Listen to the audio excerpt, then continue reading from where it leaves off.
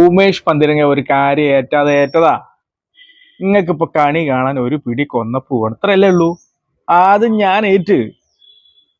അത് രാത്രി നിങ്ങൾ കണി വെക്കുന്നതിന് മുമ്പ് അവിടെ എത്തിയിരിക്കും. അല്ല അതുപോട്ടെ, പിന്നെ നിങ്ങളെ അടുത്തുള്ള മറ്റേ ആ ശിവേച്ചിക്കും ശ്രീചേച്ചി സിന്ധു ചേച്ചി അവർക്കൊക്കെ വേണോ ചോദിച്ചു നോക്കി. ആ എത്ര വേണമെങ്കിലും ഉണ്ടെന്ന് ഞാനല്ലേ പറയണത്. പിന്നെന്താ, ആയിക്കോട്ടെ. നിങ്ങളെ മൊത്തം റെസിഡൻസ് ചോദിച്ചോളൂ. എത്ര? 25 വീടാ?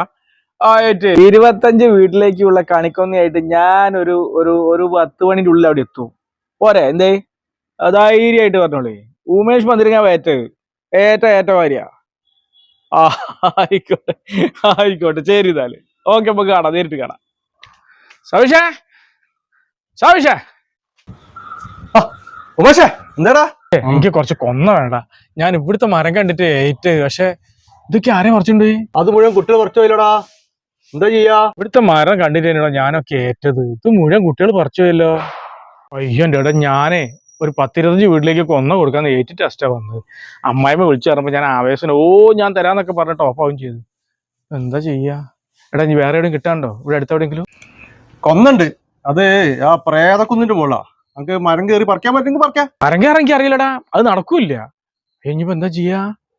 ഞാൻ ഏറ്റുപോയടാ, കുടുങ്ങി പോവും. എന്നാലേ ഒരു വലിയ കോണിണ്ട് അവിടെ, അതെടുത്തോ, പറിച്ചോ പോയിട്ട്. എടാ, അങ്ങനെയാണെങ്കിൽ ഒരു കരിച്ചും കൂടി ഒന്നിന്റെ കൂടെ വാ. ഞാൻ പ്രേതക്കൊന്നല്ല, എനിക്ക് പേടിയുണ്ട്. പ്രേതക്കുന്നിനുള്ള ചെയ്യാൻ പറ്റില്ല. എവിടെയാ കോണിയുള്ളത്? കോണിതാ.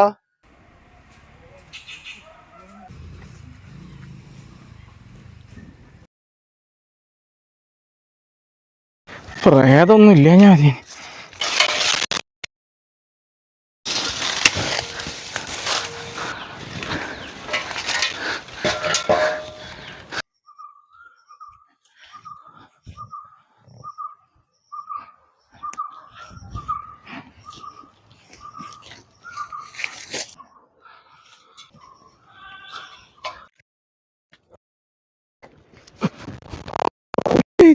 അയ്യോ, ഞാൻ അതിനകത്തായിട്ട് ഇറങ്ങാം. അയ്യോ, ഓടിയറിയോ ഓടിയറിയോ. എന്റെ ഹാപ്പി വിഷു കൊളായല്ലോ.